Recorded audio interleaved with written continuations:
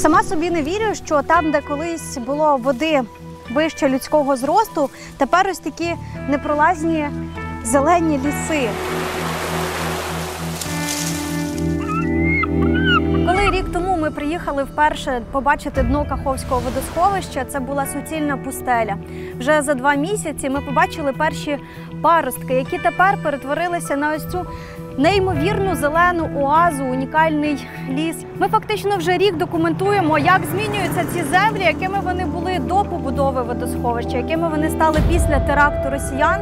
І от зараз вашій увазі наша документальна стрічка «Побачити дно».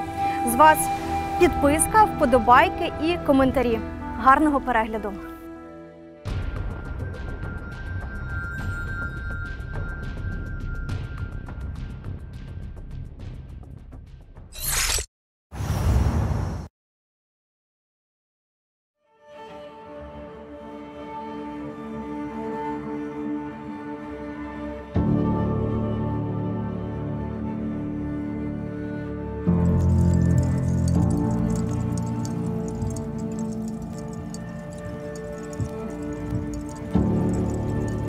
Так звучить Мертве море. Космічний ландшафт. Таке враження, що на Марсі. Над марсіанськими ландшафтами жодного птаха. Під ногами тонни мулу. І чути хрускіт мушель. Це дно Каховського водосховища, що вже двічі ставало трагедією для усього живого на десятки кілометрів довкола.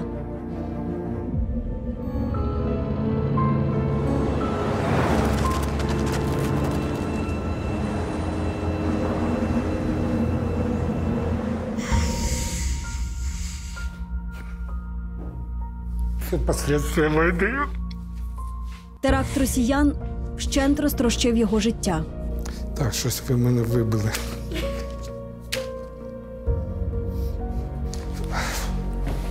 Почекайте. 6 червня Олег Пащенко, директор Каховської ГЕС, щосекунди перевіряв новини. Дзвонив знайомим у Нову Каховку і питав, чи правда. Там все життя. Звідти нас везло. Про особисту трагедію наважується розповісти вперше. Нам.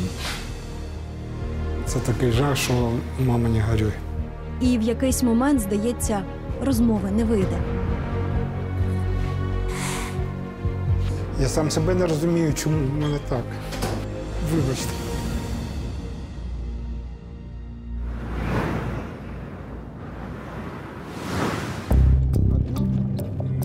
Село Мар'їнське – одне з багатьох, що опинились на березі Мулу. Все життя тут було зав'язане на Каховському морі, розповідає староста села Віктор Васильович. Наш населений пункт, як і десятки, мабуть, сотні інших, жили за рахунок того, що у нас була ця водойма. І не тільки рибальство, а маю і огородництво, садівництво, ячівництво. По 2 врожаї на рік. Садили навесні, вбирали врожай і садили на початку липня. І жовтий-листопад місяць інший врожай. Саме на березі Мар'янського лишились тонни дохлої риби, коли море зникло. Приблизно на 6-метровій глибині вона захована. Гарненько заховали. 3 мішка, мать, кілограм по 50 хлору було. І туман стояв, як висипали. З неділю довелося викашлювати цей хлор. Що таке дефіцит води, як складно її добути і наскільки посушливим може бути літо у цих краях, де без поливу уродять хіба горіхи, зараз тут відчув кожен. Можуть порозказувати, ви ж розумієте. Ви уявляєте собі? Ви не уявляєте. Ми вас запрошуємо пожити у нас. Це дуже тяжко. Без води село, це ж вже позорисько, коли води живе. Близько 3000 населення на сьогоднішній день. Ми видаємо воду бутильовану, яку привозять. Нам без моря це взагалі, я не знаю, це катастрофа. Я за, щоб його робили заново чи щось робили. Ми тут не виживемо без води. 6 червня 2023 року о 2:50 пролунав вибух. Росіяни підірвали Каховську ГЕС. Вже на світанку на очах мар'їнців вода щогодини відходила від берега. Не гаючи часу, люди згуртувались і почали будувати свою дамбу. Щоб урятувати цей маленький клаптик затоки. Ми брали оттуда руками каміння, робили 2 пороги, навіть 3, руками викладали. І зробили ми його за 1 добу. За 1 добу. Зараз звідси черпають технічну воду. Бочками, відрами, каністрами. Воно насоси отамо. Маленький насос, який підкачує. Раз привезли, Нічого.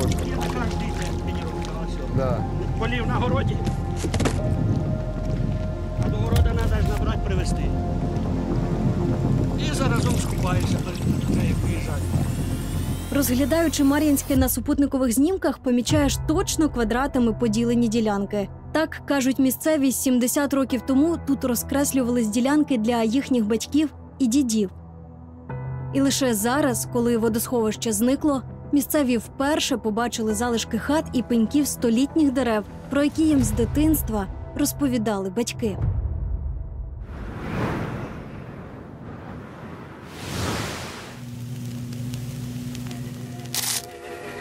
Большой бедой для степи были черные бури. Земля суховіїв. Радянська кінохроніка 50-х років розповідає про чорні бурі Херсонщини. Український степ знемагав без води. Посухи траплялись кожні 3-5 років. Повоєнного, голодного, посушливого 1946 року Сталін вирішив замахнутись на ще одну велику перемогу. Цього разу над природою. Это решение партии и правительства воспринял всей душой советский народ. 50 років. Живий Сталін. Країна пережила Голодомор, великий терор, німецьку окупацію, потім совєтське звільнення, потім голод 46-47 років, Берія розправив крила, тисячі політв'язнів, сотні тисяч розстріляних, вбитих. Ну, хто б пручався? Людям наказово сказали, ви переселяєтесь і все. Система Совєтського Союзу була досконало розроблена, щоб діяти проти людини. Зрошення земель на півдні материкової України і в Криму, судноплавство, виробництво електрики, турбіни Каховської ГЕС мали буквально запустити нове життя на занепалому півдні. Сталінський проект мали не будувати, а зводити. І зробили це швидше за 5-річку. Адже вони хотіли ці водосховища продемонструвати найбільшу водосховище в усьому світі. Наближається день, коли над Дніпром засяють вогні Каховської ГЕС. Питання про те, що мають бути якісь інші сценарії для її побудови, вже не стояло. Дном Каховського водосховища стали сакральні землі українців. Це є великий луг, пуповиння українського козацтва. Тобто це система маленьких річок, островів, заплав, січ, матір, батько великий луг. Люди, партійці, досліджуючи цю територію, прекрасно розуміли, що вони затоплюють не просто низку сіл, а що вони створюють прецедент, коли буде затоплено, ну, скажімо так, Нотр-Дам-де-Парі або Колізей.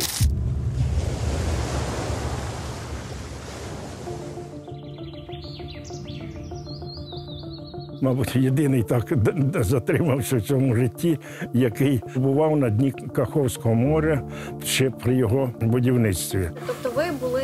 Так, на дні. Да, я релікт. Рівно 71 рік. Приблизно саме в цей час.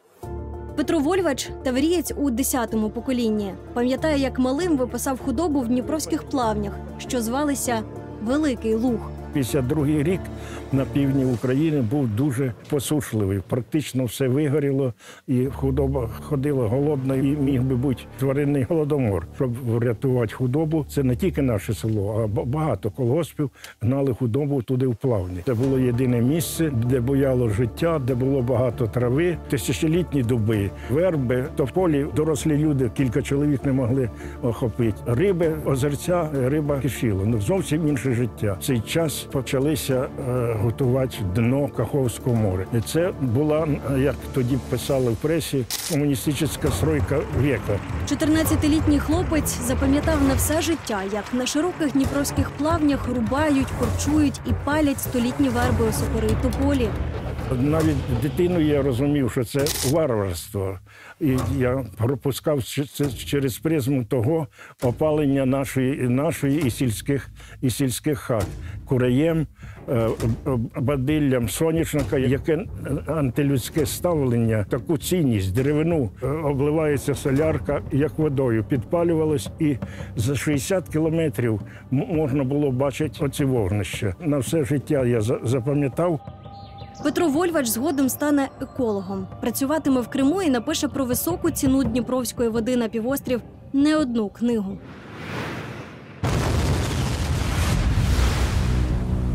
– 6 червня 2023 року. Поворотна мить у російсько-українській війні. Росіяни використали зброю масового ураження. Вони точно знали, куди і як бити. Цунамі прісної води змивало все на своєму шляху,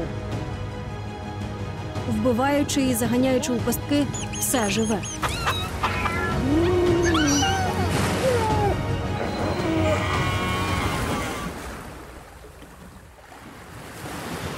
Це був гідровузол вражаючих розмірів. Висота дамби – 37 метрів. Машинна зала ГЕС сягає 56 метрів. Це як 19-поверховий будинок. Ця махина тримала море – 18 кубічних кілометрів води. Наш стратегічний запас. Вибух із середини, а потім багатотонний потік води розтрощив бетонну споруду, як пластикову іграшку. Довжина усіх пробоїв складе майже 400 метрів. За рахунок того, що такі сумасшедші витрати води 30-40 тисяч метрів кубічних в секунду, Каховське водосховище почало швидко міняти свою конфігурацію. Вже 9 числа приблизно 27% всієї площі було оголено і воно було осушено. Ще в лютому 23-го року науковці одразу кількох інститутів змоделювали наслідки. Сценаріїв було багато. Справдився найгірший.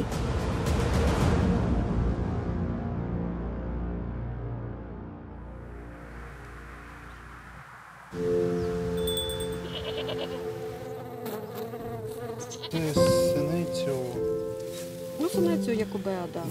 Це ульмус мінор, да. Оце хіраціум умбелятум. Ага, ну ми так і написали.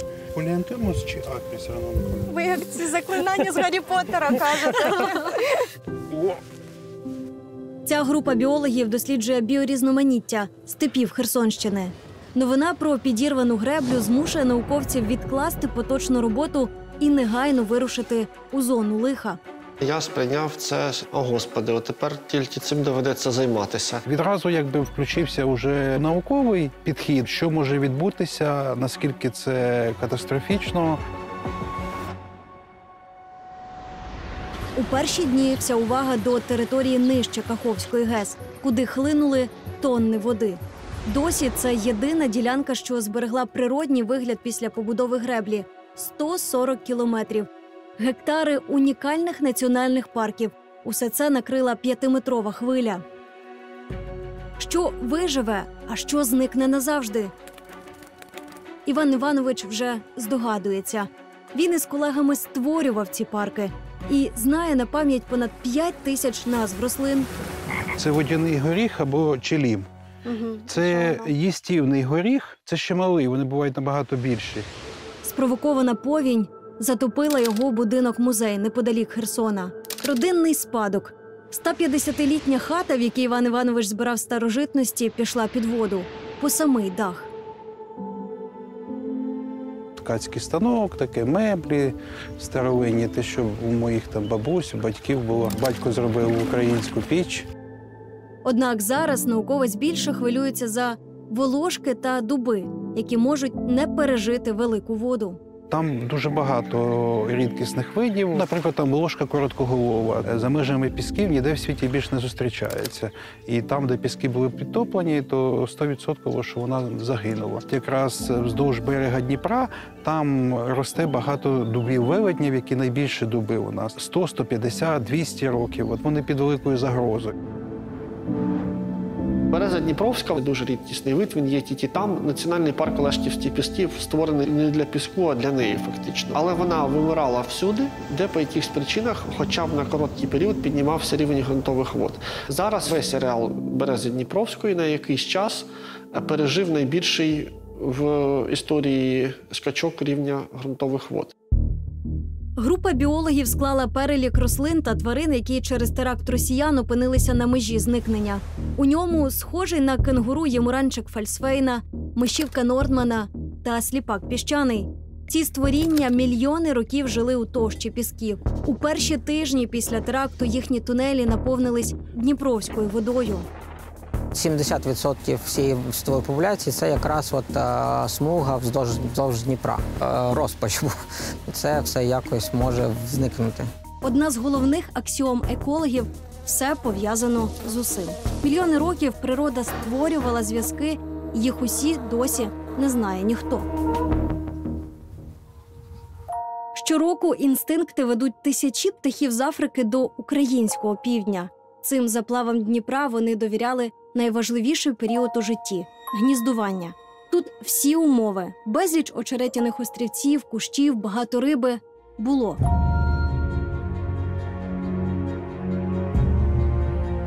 Доки хвиля води не змила їхні гнізда і корм. Щонайменше 11 тисяч тонн риби загинуло.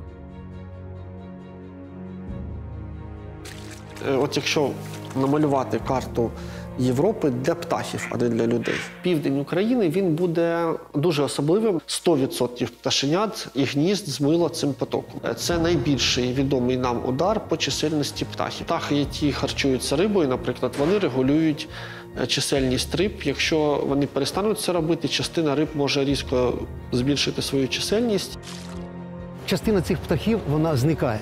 Вона настільки налякана, що вона шукає інші території для живлення і потім не повертається. Колись повернуться їх пташенята, може. Тому що пташенята завжди шукають нові місця для гніздування. Але це може на один рік прийти. Пелікани відреагували миттєво. Після того, як їхнє улюблене місце Дніпробузький лиман переповнила брудна прісна вода, вчені помітили небувало великі колонії на сусідньому Тілігульському лимані, що на межі Одеської та Миколаївської областей.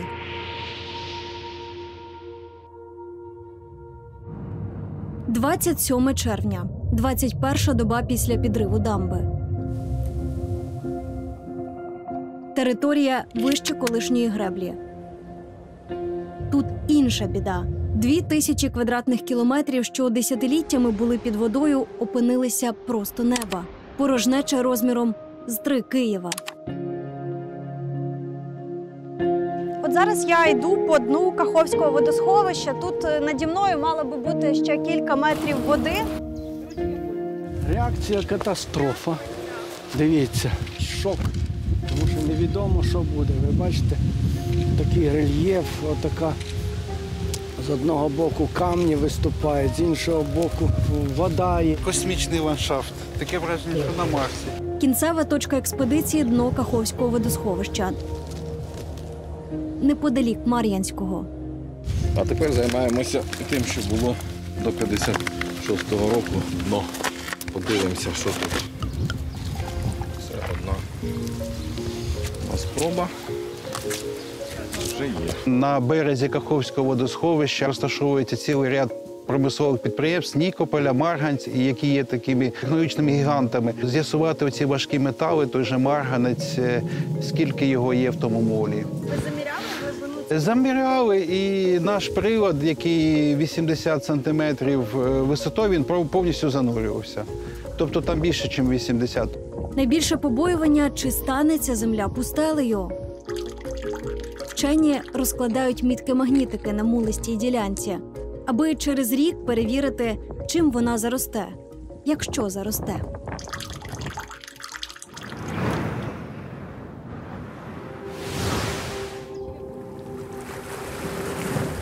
10-й день після підриву дамби. Попутний вітер зігнав токсичну хвилю з Каховки до узбережжя Одещини. За сотні кілометрів сюди принесло будинки, автомобілі, телевізори, холодильники. Тіла мертвих тварин. Таким Чорне море важко бачити. Вже третій день чистимо. І це тільки цей берег. Ось корінь, який прибило тут до берега. Це корінь дерева якогось? Ні, це намул. Очерет. Намул. Очерет. Це берег якоїсь річки був.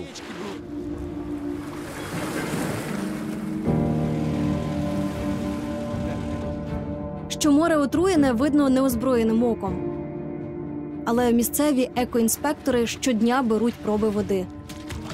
Потрібен точний діагноз. Можна уявити велику каналізацію. Велика кількість прісної води.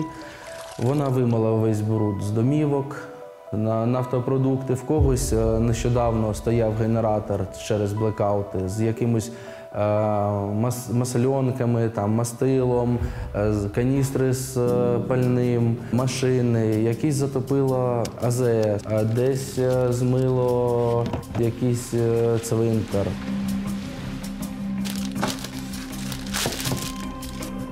Лабораторні дослідження підтверджують, на 5-й день після підриву Каховської ГЕС за фізико-хімічними показниками Чорне море перетворилось на річку. Нормальная соленость для морской, для воды Черного моря. Нормальна солоність для Чорного моря від 12 до 18 грамів солі на літр води. Води, солі, то у цьому ж випадку розпріснення моря аж до 4 проміле. 4. Щоб зрозуміти масштаб катастрофи, потрібно побачити морський ландшафт. Найбільша глибина Чорного моря – понад 2000 метрів. Але єдина мілководна частина до 150 метрів – це шельф поблизу України. І це не рестилище, пологовий будинок для більшості морських мешканців. А тепер уявіть, саме в розпал сезону розмноження туди одномоментно хлинули тонни прісної, брудної води. Нормальна солоність мала бути 15-16 проміля вже.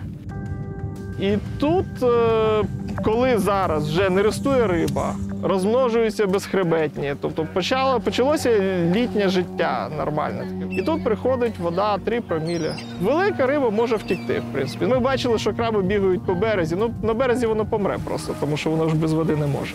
Вони вибігали на берег просто від цієї прісної води. Інші там всякі черв'ячки, рачки, це все буде помирати поступово. Іде просто такий осмотичний тиск на організм, нирки просто не витримують.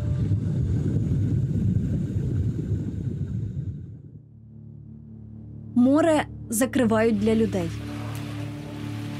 Офіційний дозвіл на дослідження морського дна отримує лише Олександр Куракін. Поліція, прокуратура і екологічна... Генеральна прокуратура, поліція та екологічна інспекція посприяли, і ми отримали дозвіл на підводні роботи. На підводні роботи. Олександр збирає докази воєнного злочину росіян – екоциду. Вони ляжуть у кримінальне провадження Генеральної прокуратури. Многі до сих пор спрашують... Багато людей запитують, а як же там море? Там же такий жах коївся. От 6 червня, в другій половині дня, ми ось тут уже відбирали проби, щоб означити рубіж до і після. Чи зможе Чорне море одужати після потрясіння? Як воно станеться? Як воно подіє? Просто зараз учені говорити не готові. Ми повернемося сюди за кілька місяців.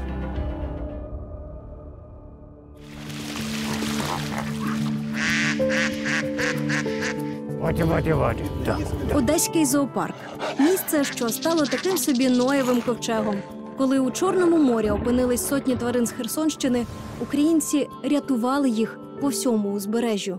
Я неймовірно вдячний всім людям, які небайдужі, які ловили цих тваринок, які їх там сажали у скляночці з прісною водою. Привозили по одному тритончику, по 2 жабки. Це дуже зворушливо. Нам вдалося врятувати тільки малу краплю від такої загальної кількості. До зоопарку потрапило більше 300 тварин. Ця красуня 5 діб без води і їжі на острівці зі сміття чекала порятунку у відкритому морі.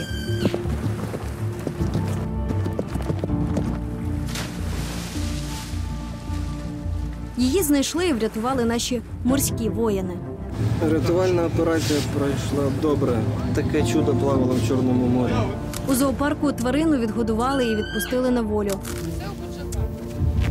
Як і сотні інших врятованих – жаб, птахів, ондатр, єнотоподібних собак. Єдині, хто лишились на збереженні – червонокнижні тритони дунайські. Подивіться, які вони гарні. Червоні животики. В Україні є 3 мікропопуляції цього тритона. На Дунаї, в Карпатах є дунайські тритони і на Дніпрі. Ми поки що їх тримаємо, вирішуємо, де ми саме будемо випускати. Найліпше було б, напевно, на то місце, звідки вони родом, але там зараз зруйновані ці екосистеми, і там вони наразі можуть не вижити.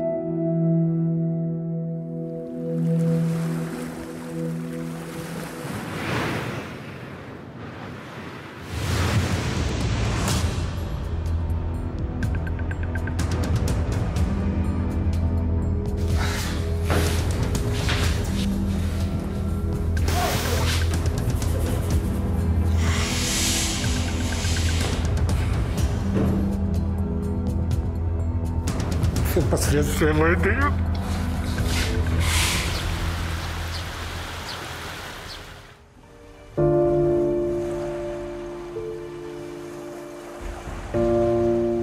Почитала вашу біографію, з'ясувала, що ви взагалі народились в Новій Каховці. І ви фактично виросли разом. Де ви це все? Да. Я народився в Новій Каховці. Я там все життя. Так, щось ви мене вибили.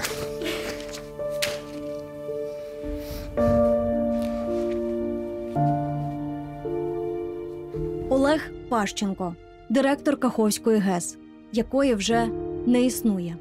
Вперше він наважується нам розповісти про особисту трагедію, яка почалася задовго до 6 червня.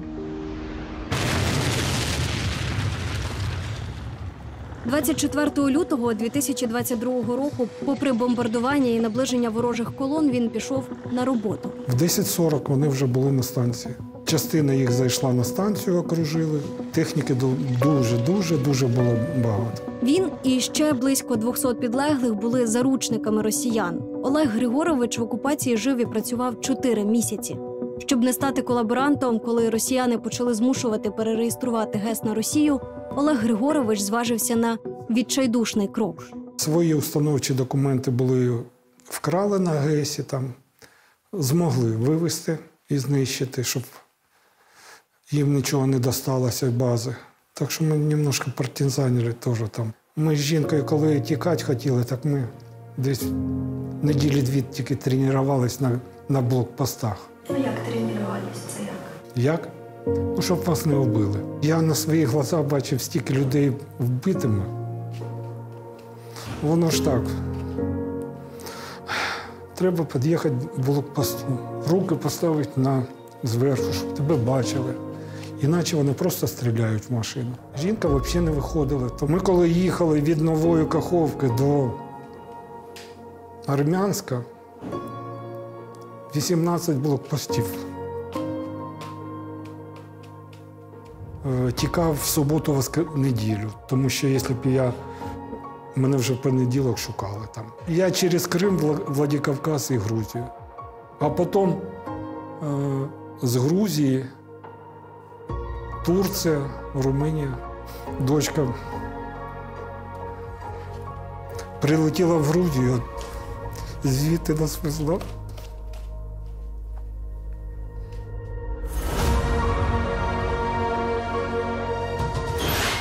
Я сам себе не розумію, чому. Вже на підконтрольній Україні території він тримав зв'язок з тими, хто залишився в Каховці. Наші люди, коли там працювали, їх не в кожне місце пускали. Явно щось вони там вже тоді закладали. Як так сталося, що вибух зруйнував турбіни вагою по 100 тонн кожна? Як впали залізобетонні 5-метрові стіни? Олег Григорович каже, це міг зробити лише вибух зсередини. Зроблено так, щоб її неможливо було зруйнувати. Розчотом було, щоб пошкодити, не зруйнувати, не знищити, як це було зроблено, а щоб тільки пошкодити. Це 3 авіаційні бомби по 500 кілограм, і ще й в одне місце треба було попасти. Там же ще й вода, вона амортизувала все це. Ми бачимо зйомки, що 3-й, 4-й і 5-й гідроагрегат там максимально потрощили, там стіни просто склалися. Цей удар він особливо тяжко переніс. На Каховський ГЕС за 30 років роботи Олег Григорович пройшов усі ланки – від інженера до директора. А ще цю дамбу будували і його батьки. А чим ваші батьки займалися там? Бетонні роботи виконували, бетонували ці гідроспоруди. Мати розказувала, що вони навіть ногами місили бетон. Батько на стройці працював крановщиком. Нова Каховка, де виріс Олег Григорович, місто побудоване для будівельників і працівників гідровузла. В степи під Херсоном родилась нова Каховка. В системі совєтської держави, по суті, це табірна система. Приїжджаючи в те місто, начебто на будівництво, ти там залишався. Ось тобі новий барак, ось тобі можливість квартиру отримати. Для людей з сіл це був єдиний шанс отримати паспорт і освіту. Знакомого нам бетонщика Серафіма Нікуліна ми зустрілись за партою. Молодь вибивала собі місця в училищах і роботу на будівництві. Хай якою каторжною вона була. Мої батьки теж. З села мати була десь за 60 кілометрів від Нової Каховки. Створення людини совєтської передбачало, що жінка брала кувалду і била по цій рельсі. Можливо, колись кликала когось на обід, як кухарка, а з іншого боку вбивала цвяхи в ту рельсу. Це було страшним явищем. Работали днем і ночі.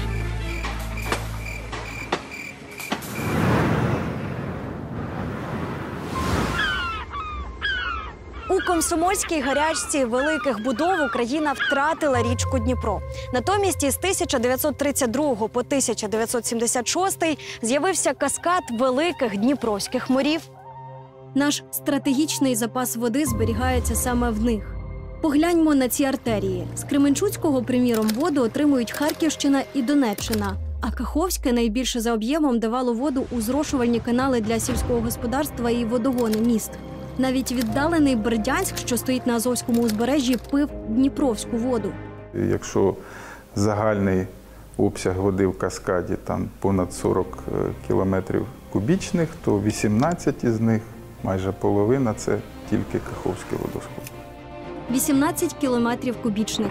Цього могло б вистачити, щоб покрити питні потреби всієї планети протягом року. Руйнування цього водосховища – це величезний удар по нашій національній безпеці. Маленький простий приклад. У нас майже 1 мільйон гектарів зрошення був прив'язаний до Каховського водосховища. Якщо ці системи зрошувальні не будуть працювати декілька років, вони втрачають свої експлуатаційні можливості. Розглядаючи лівобережжя Херсонщини, на супутникових знімках помітні безліч дивних кіл. Такий вигляд мають системи зрошення, що робили ці землі найродючішими ґрунтами України. Оце тільки зараз попав на ліпісток. Зараз польовою дорогою будуть його тягнути. Фермер з Херсонщини Василь Штендера тільки не розмінував поля. Після окупації, боїв та звільнення його земля мала знову родити. Ми ранньою весною розмінували десь біля 1000 гектар землі і посіяли там ранні культури, соняшник, і ризикнули, посіяли сою. Але ж сою ми сіяли, планували, буде полив, і 4 числа ми починали сіяти, а 6 числа – все. Слово «все» означає, що прогнозувати об'єми врожаю вкрай складно. Попри те, що Василь впровадив сучасну систему ноутіл, яка захищає ґрунти від випаровування, врожаю все одно буде на 30% менше. Аграрний бізнес став ризикованою справою. Якщо брати Казахстан, який має подібний клімат, вони, на жаль, не мають такого рівня врожайності, який є в Україні. Вирощувати можна, однак результативність буде дуже поганою. Навряд чи хтось захоче без зрошення, а ми зараз говоримо про майбутній період через 5-10 років, коли ґрунти почнуть змінювати свою структуру. На півдні України випадає 300-350 мм, а треба не менше 600. Зміни клімату ці тенденції лише посилюють. Температура зросла, кліматичні зони зсунулись на 200 кілометрів. Оці останні 10 років, які були найбільш спекотними, можна сказати, коли температура була найвищою, у нас ще ж тут спостерігалися дефіцит вологи досить суттєвий. Серпень став теплішим майже на 2 градуси. Це свідчить про дуже великі зміни в тих екосистемах, які характерні для цього регіону. Що може стати з цими землями без зрошення, науковці ставлять мені в приклад Крим. У 50-ті зрошення було запорукою відновлення півострова після катастрофічного занепаду, що стався, коли замість депортованих Сталіним татар у 1944 році Крим заселили росіянами. Система потребувала догляду. Доглядати росіяни не вміли, не знали, це не їхня кліматична зона. Поставити косий паркан і посадити березу – це зовсім інше, ніж доглядати за складною екологічною системою. У 1954 році Хрущов зробив такий собі подарунок Україні. Наші гроші, наші люди і наша вода з Дніпра мали витягнути Крим із соціальної та економічної прірви. Північно-Кримський канал став таким собі рятівним мотузком, найдовший канал у Європі, протяжність понад 400 кілометрів. Дніпровська вода забезпечувала 85% всіх потреб. Ось як зустрічали воду там.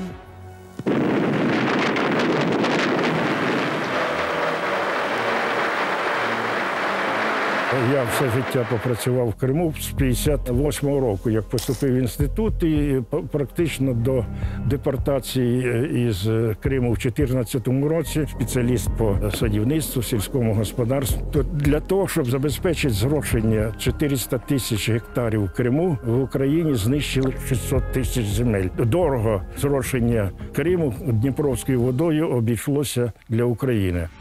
Після анексії Криму у 2014 році кількість зрошувальних земель зменшилась у 10 разів – із 130 тисяч гектарів до 12. Без подачі Дніпровської води півострів почав буквально засихати. Крим – це стала територія, де процеси опустелювання розпочались дуже активно. Процеси деградації ґрунтів. І от оці розжарені маси повітряні з Криму, навіть духовку хтось відкрив, і вони приходять на Херсонську область. Мало того, росіяни своїм господарюванням знищили ті невеликі водойми, які існували сотні років. Вони забирають з річки всю воду. Що відбувається з річкою? Вона повністю деградує. Відповідно, ті водні об'єкти, які зв'язані гідравлічно, пам'ятаєте, пропадали озера, які 100 років були, не пропали. Чому? Це все якраз наслідок втручання людини. Науково доведено, що ми можемо використовувати стоку в межах 10-25, максимум 30%. Все решта це вже буде призводити до деградації і незворотних таких процесів.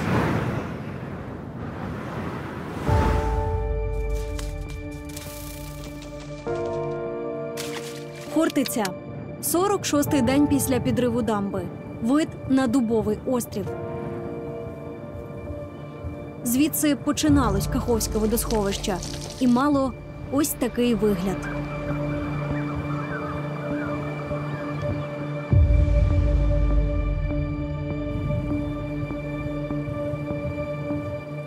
Сама собі не вірю, що йду посеред Дніпра. Ось тут, де мені води по коліна, колись проходив фарватер і Дніпром ходили велетенські човни. Чи повернувся зараз Дніпро до первісних обрисів? Подивимося на карту 1948 року. Ось яким був Дніпро до побудови водосховища. Ось так змінився, коли греблю звели. А ось такий вигляд має зараз. 70 років штормів та осадів не змінили русло. Утім, схожість хіба візуальна. Людська рука безповоротно відредагувала екосистему. До будівництва Каховського водосховища на цій ділянці саме водилися 78 видів риб. З них були дуже цінні осетрові риби. Тут були прохідні риби – це оселедець. Тобто чорноморсько-каспійський оселедець, його можна було ловити в серпні, в вересні місяці, тут на узбережжі Дніпра, не везти з Норвегії, як зараз, так, а ловити тут місцеві види. Доки ГЕС працювала, цвітіння води щоліта перетворювалось на стихійне лихо. У 80-ті його намагались побороти зарибленням чужорідними видами – білим амуром і толстолобом. Врешті побороли рідкісні види риб. Наши дети есть, внуки, все пишут, что поколению оставить. А что же мы оставим? З 78 залишилось близько 18, тобто 60 видів просто вони зникли на цій території. А це величезний природний фільтр, який виростило у собі водосховище і який помер разом із ним. Мушлі, дрейсени, тонни відмерлих молюсків.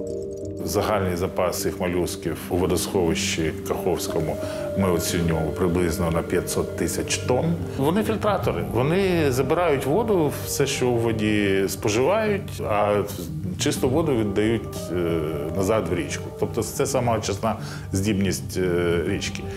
Від них залежить. Це ракуша з гнилим м'ясом. Це така смердюча пустеля. Відколи рівень води впав, туристи тут активно форсують Дніпро, аби побувати на нових островах. Але баклани із пташенятами зовсім не раді відвідувачам. Зараз люди йдуть до бакланів, вони їх турбують. Птах що буде робити? Він буде відлітати.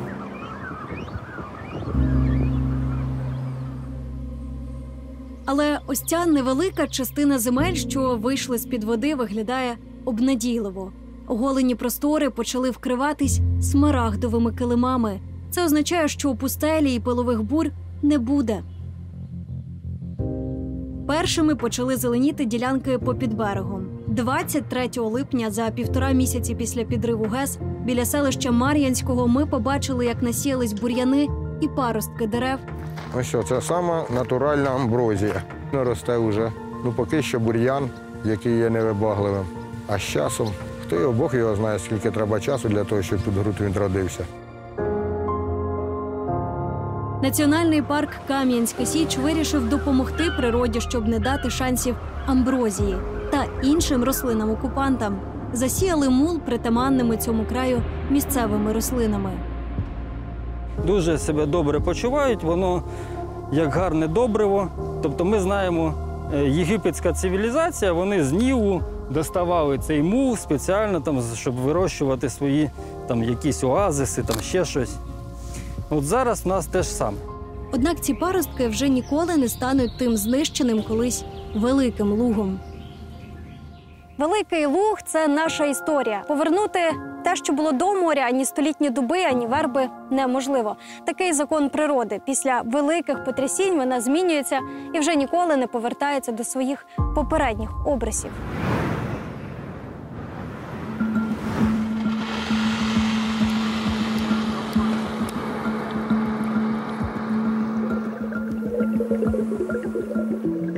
Унікальні кадри водолаза Олександра Куракіна. Чорне море за 2,5 місяці після підриву ГЕС. Вже видно, як мул потроху засмоктує осілий дніпровський очерет. Поміж деревами бігають краби. Шторми і течії розносять сміття на великі простори. Море увімкнуло всі можливі захисні механізми. В институте я застал человека, который обрабатывает... В інституті я застав людину, що обробляє проби. Мене вразила кількість бокоплавів. Ракообразні, які обітають на... Це ракоподібні, що живуть на морському дні. Їх там просто неймовірні тисячі. Потребляють органіку, яка... В основному вони харчуються органікою, яка не цікавить більше нікого.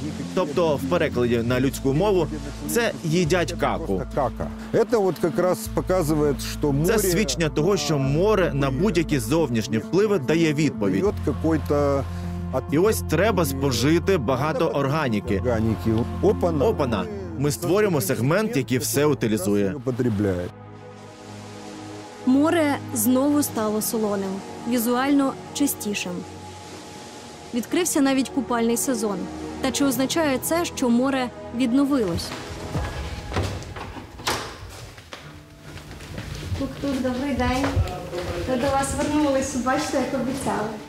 Директор Українського наукового центру екології моря Віктор Коморін каже, шторми дуже допомогли вимити забруднення із затоки. Ситуація ліпша, ніж ми сподівалися. Вода в Одеській затоці більше розповсюджується по всьому Чорному морю. Тут залишаються оці токсичні речовини в певних ланках трофічного ланцюжка. Мається на увазі, наприклад, придоння риби, донна поверхня.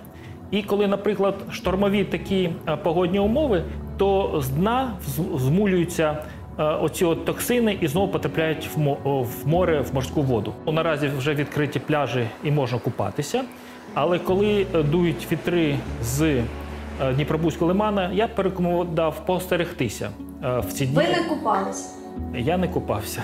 Це вже в мене така професійна деформація, скажімо так. Молюски і риба всі ці токсини накопичують, тому вживати їх ще невизначений час буде небезпечно.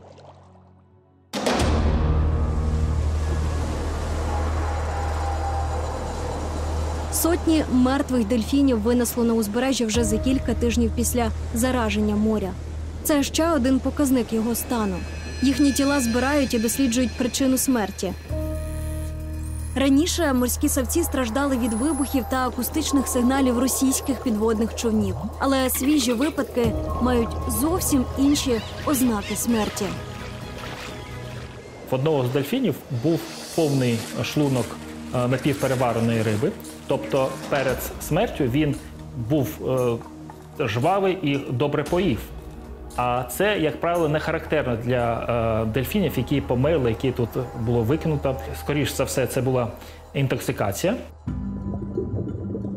А це улюбленці всіх підводних операторів – морські коники.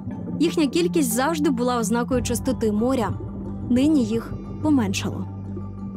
Бувають роки, коли за один заплив зустрічаєш... Трапляється, що за один заплив зустрічаєш штук 5. Цього разу, принаймні, за 5 запливів 2 бачив. Вчора бачив морського коника, і наші колеги з прокуратури радісно зафіксували цей факт. Прокуратури з радістю констатували цей факт, фотографуючи на всі смартфони.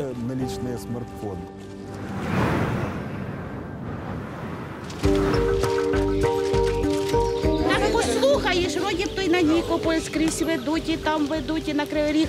Села мовчать. Мовчать і все. Оце За Кривий Ріг кажуть. Так, і за Нікополь, Орджонікідзе, а Мар'їнське і те, і це висихає. Все літо мар'їнці чекали води. Чули, нові нитки водогонів вже почали прокладати біля Кривого Рогу. Промисловий гігант із Каховського водосховища брав 70% води. Якщо б не будувався цей водогін, думаю, що 80%, а це майже 800 тисяч людей, були б в дуже скрутному становищі. Від Каховського водосховища запитано, і потреба була у воді в 70% всього району. Але коли б ця вся потреба лягла тільки на одне наше водосховище Карачунівське, ми викидуємо з цього обіходу наші підприємства. І потреба води в них також дуже велика. Населеним пунктам по периметру спущеного водосховища воду тягнуть із Дніпровських каскадів – Кременчуцького і Дніпровського. В місцевих річках або не тієї якості, або не в тій кількості. Загальна протяжність всіх відтинків – 150 кілометрів. Частина Мар'янського вже теж з водою. Решту поки не можуть підключити. Труби ще 56-го року – діряві. Дехто в дворах пробурив свердловини, не врятувало. Гірке, солене, таке, що в рота не можна взяти, і скотина не п'є. Та хай як складно дається життя без моря. Мар'янці стоять. Ми теж люди, і ми теж хочемо жити. В Україні ми не хочемо нікуди виїжджати, ми хочемо жити в Україні. Ми нікуди не поїхали, не предали Україну і хочемо тут жити. Поможіть нам. Простих рішень не буде. Погляди кардинально різні. Науковці з природоохоронної групи вважають, ці землі справедливо було б повернути природі. Сьогоднішній мейнстрім – відновлювати природність річок. Заплановано в Європейському Союзі відновити природність течії 25 тисяч кілометрів річок. Це не найкраща ідея. Фактично відновити пам'ятник Сталіну. Маючи сучасні технології, ми ж його не повинні робити такі, як він був 70 років тому. Гідрологи ж переконують, води у природному стоку Дніпра забракне. Потреби у нас у всіх все одно десь 1000-1500 метрів кубічних в секунду. А Дніпро зараз нам буде давати тільки 500 кубів. Але головне, щоб спільнота, і в тому числі місцеві громади, запитували: скажіть, будь ласка, Український гідрометеорологічний інститут, а що буде у зв'язку зі змінами клімату, коли у нас буде маловоддя і де ми будемо брати воду? Професор Інституту радіоактивності навколишнього середовища Університету Фукусіми Марк Железняк поділився із нами своїм баченням можливого проекту відбудови ГЕС. Відрізати мілководну частину водосховища, а це 30% території, що повернуться природі та людям. Решту заповнити водою. Тут в Фукусимі, звідки я вам розповідаю, багато водосховищ в горах. У тебе глибоке водосховище, при тому, що територія не дуже велика. А ми будували водосховища нерівні. Практично що сталося, що дуже велика територія була покрита водою глибиною 2-3 метри. Може бути побудована дамба, яка буде йти вдовж старого річища Дніпра, від Хортиці. І далі спускатися вниз за течією. Практично третина водосховища, вона повертається на руку. Тож, яким ми побачимо дно Каховського водосховища в найближче десятиліття? Якщо землі затоплять частково, Мар'їнське знову опиниться на березі моря. А єдиною природною оазою буде територія попід лівим берегом Запоріжжя. Водосховище можуть відновити повністю, врятувавши спраглі господарства та виробництва, влаштувавши чергове потрясіння флорі та фауні. Врешті можуть лишити все як є. У такому разі біля Мар'їнського і вздовж всього русла Дніпра виростуть десятки кілометрів непроглядних бур'янів. На північ від Хортиці будуть голі дрейсенові острівці. А на південь від острова років за 20 з'явиться ліс. Там почнеться нове життя. Туди, вочевидь, повернуться на гніздування птахи, а в Дніпрі можуть знову з'явитися осетрові, якими любили ласувати козаки. Потім херсонські кавуни та помідори лишаться лише у спогадах. Не виключено, що у цій історії відкриється друге або й третє дно. І будь-яка розв'язка приречена бути драмою. Або для природи, або для людей.